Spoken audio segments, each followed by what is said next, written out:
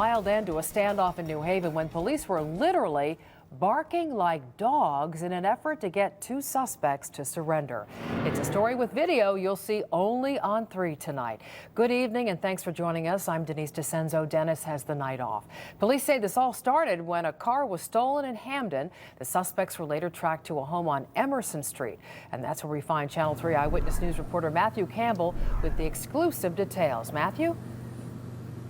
Well, Denise, it just goes to show that officers will use whatever means necessary to get their guys, and in this case, it worked. It all happened here in this gray house. That's where these suspects were holed up after leading police on a two-city chase. Now, the standoff ended the way that police wanted, but definitely not in the way that anyone imagined. Everybody, come out the back door. No one's been hurt. No one's going to get hurt. Only on 3. That's New Haven police using their routine methods of coaxing suspects out of a house. This after they say 2 men led them on a chase through Hamden into the Elm City. They were wanted for stealing a car and ended up fleeing into the stairwell of this Emerson Street home. He's pretty scared to get back in his own house.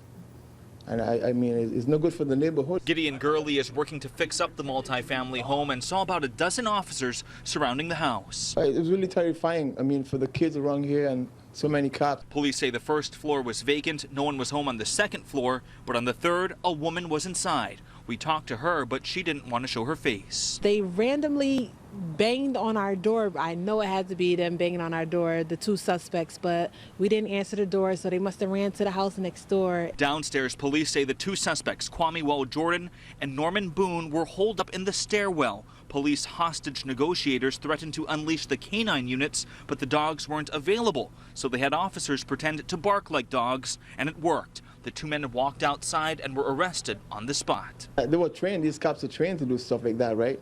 So I guess that's one of the best methods or techniques that they use to do what they got to do to get people out.